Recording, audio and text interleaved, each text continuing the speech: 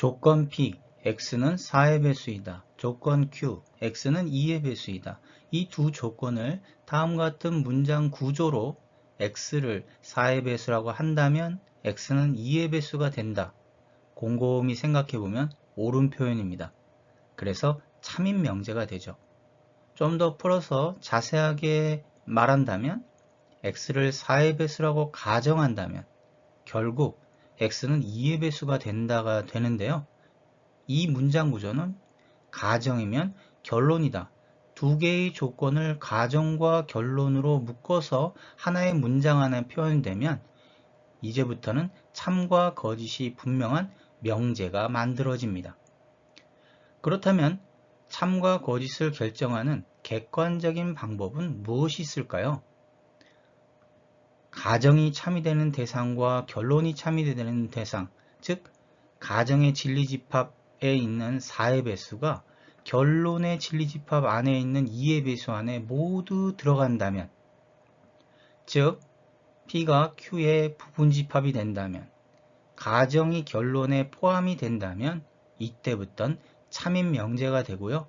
그렇지 않다면 거짓 명제가 됩니다.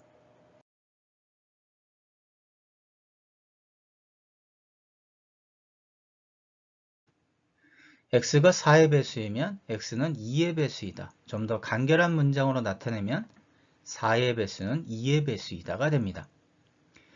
이를 간단한 기호로 나타내기 위해서 가정 P와 결론 Q를 화살표로 다음과 같이 나타내고 P이면 Q이다로 읽게 됩니다.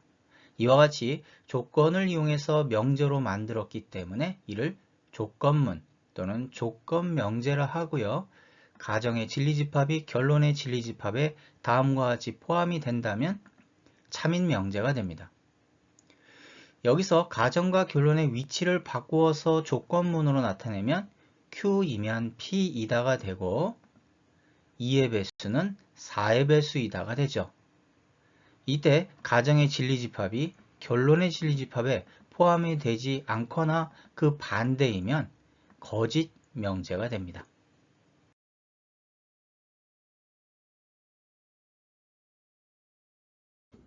다음 두 조건 PQ에 대하여 조건문 P이면 Q이다의 참과 거짓을 판별하면 1번 조건 P는 사각형 ABCD는 정사각형이다. 조건 Q는 사각형 ABCD는 마름모이다. 이를 통해 조건문 P이면 Q이다는 사각형 ABCD가 정사각형이면 사각형 ABCD는 마름모이다가 되죠. 여기서 가정의 진리집합, 정사각형이라고 하는 것은 네 변의 길이와 네 각의 크기가 같은 사각형을 말하고 마름모는 네 변의 길이가 같은 사각형이므로 가정이 결론에 포함되므로 참인 명제가 됩니다. 2번에서 조건 P와 조건 Q를 P이면 Q이다. 그래서 실수 x에 대하여 x가 4가 아니면 x제곱은 16이 아니다가 되겠죠.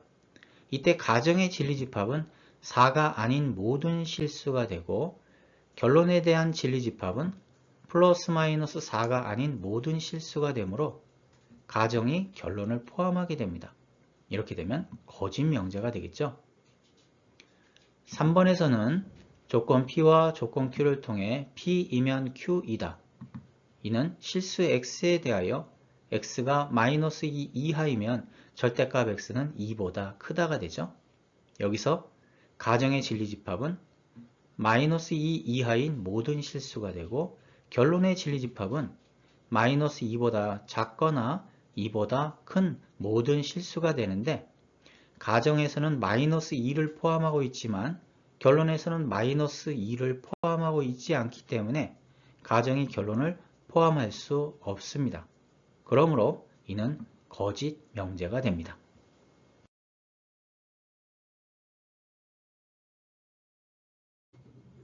4번에서는 P이면 Q이다. 실수 x에 대하여 x가 3이면 x제곱은 9이다. 가정의 진리집합은 3을 원소로 하는 집합이 되고요. 결론에 대한 진리집합은 마이너스 3과 3을 원소로 하는 집합이 되니까 가정이 결론에 포함되므로 참인 명제가 됩니다. 5번에서는 P이면 Q이다. x가 정수이면 x는 무리수이다. 그런데 정수와 무리수는 서로소 관계, 즉 가정과 결론의 교집합은 공집합이 되므로 거짓 명제가 됩니다. 다음 명제의 참과 거짓을 판별하면 1번 실수 A, B, C에 대해서 A보다 B가 크고 B보다 C가 크면 A, B의 곱은 B, C의 곱보다 작다. 다음과 같이 반예가 존재하는데요. B가 0일 때 결론의 부등식을 만족하지 못하고요. B가 음수이고 C가 양수일 때도 결론의 부등식을 만족하지 못하기 때문에 거짓 명제가 됩니다. 2번 두 실수 XY에 대해서 X 플러스 Y가 양수이면 X가 양수, Y가 양수이다. X와 Y가 양수이면 X 플러스 Y가 양수가 되죠.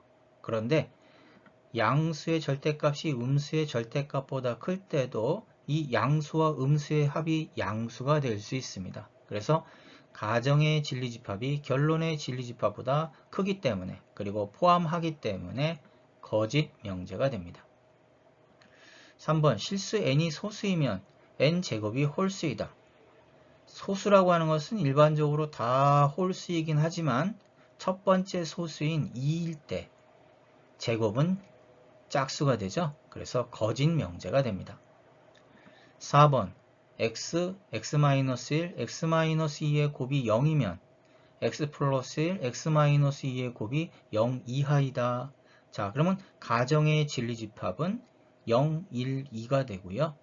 결론의 진리집합은 2차 부등식의 해가 되기 때문에 마이너스 1에서부터 2 사이에 있는 실수 그리고 그 범위 안에는 0, 1, 2가 포함이 되기 때문에 참인 명제가 됩니다. 5번 음이 아닌 정수 xy에 대해서 xy 곱은 0이면 xy 중 적어도 하나는 0이다. 여기서 x와 y의 곱이 0이다. 그러면 x와 y를 곱해서 0이 되는 경우는 둘 중에 하나가 0이 되어야 되기 때문에 x가 0 또는 y가 0이 됩니다. 즉 또는이라고 하는 것은 둘 중에 하나만 0이 되면 된다라는 뜻이 되겠죠. 그 말은 다른 말로 적어도 하나가 0이 돼도 된다라는 뜻이 되기 때문에 이 명제는 앞의 문장과 뒤의 문장, 즉 가정의 문장과 결론의 문장이 같은 겁니다. 그래서 참임 명제가 됩니다. 조건문 P이면 Q이다는 진리집합의 포함관계를 통해 참임 명제임을 알았고 이 조건문을 부정하게 되면 다음과 같이 나타냅니다. not P이면 not Q이다. P가 아니면 Q가 아니다가 되고요. 문장으로 나타내면 X가 4의 배수가 아니면 X는 2의 배수가 아니다. 여기에서 각각의 진리집합은 결국 P의 여집합과 Q의 여집합이 되고 벤 다이어그램을 통해서 가정이 결론을 포함하게 되는 관계가 되므로 거짓 명제가 됩니다. 조건 PQR에 대한 진리집합 PQR 사이의 포함관계가 다음 벤 다이어그램과 같다고 한다면 다음 조건문의 참과 거짓을 판별해 보면 먼저 1번 P이면 not R이다. 그러면 진리집합은 P와 R의 여집합이 되고 R의 여집합은 다음과 같이 되므로 P를 포함하는 관계가 되죠. 그래서 가정이 결론에 포함되므로 참인 명제가 됩니다. 2번 P이면 Q이다. 그러면 진리집합은 P와 Q 사이의 관계가 되는데 가정이 결론을 포함하기 때문에 거짓 명제가 됩니다. 3번 not P이면 not Q이다. 그러면 진리집합은 P의 여집합과 그 다음에 Q의 여집합의 관계인데 이때는 결론이 가정을 포함하기 때문에 참인 명제가 되죠. 4번 R이면 not P이다. 그러면 진리집합은 R집합과 P의 여집합 사이의 관계 그러면 P의 여집합은 다음과 같이 되므로 집합 R을 포함하게 되죠. 그래서 참인 명제가 됩니다. 이번에 5번은 4번을 부정하게 되면 not R이면 P가 되죠. 그래서 진리집합은 R의 여집합과 그 다음에 P집합 사이의 관계인데 이때는 포함관계가 가정이 결론을 포함하기 때문에 거짓 명제가 됩니다. 다음 명제와 부정의 참과 거짓을 판별하면 1번 16과 28의 공약수는 8의 약수이다.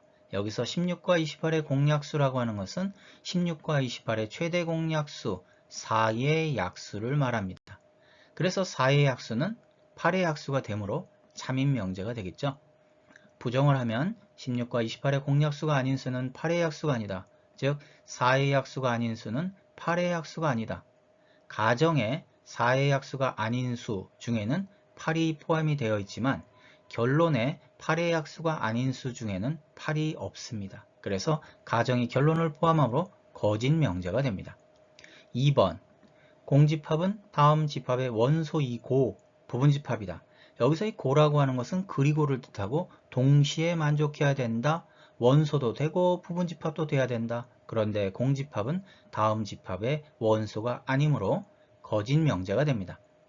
부정을 하게 되면 공집합의 부정은 공집합이 아닌 집합이 되고 예를 들어 1과 2를 원소라는 집합으로 생각하고 다음 집합의 원소가 아니거나 부분집합이 아닌 걸 찾아야 되는데 여기서 그리고의 부정인 또는 거나라고 하는 표현은 둘 중에 하나만 만족하면 됩니다. 원소가 아니면 되고요. 부분집합이 아니어도 되는데 지금 예를 들어준 1과 2를 원소로 하는 집합은 원소도 되고 부분집합도 되므로 거짓 명제가 됩니다. 3번 자연수 A, B에 대하여 A 플러스 B가 짝수이면 A, B는 모두 짝수이다. A 플러스 B가 짝수라고 하는 것은 짝수 더하기 짝수와 홀수 더하기 홀수 두 가지 경우가 있죠. 그런데 결론에 가서 A, B가 모두 짝수라고 했기 때문에 짝수 더하기 짝수만 있겠네요. 그렇다면 가정이 결론을 포함하므로 거짓 명제가 됩니다.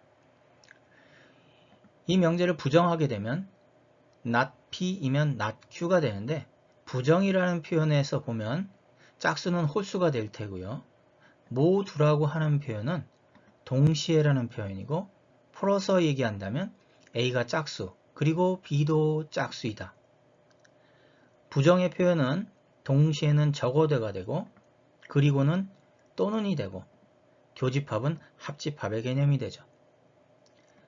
그래서 자연수 A, B에 대하여 A 플러스 B는 홀수이면 A, B는 모두 짝수가 아니다.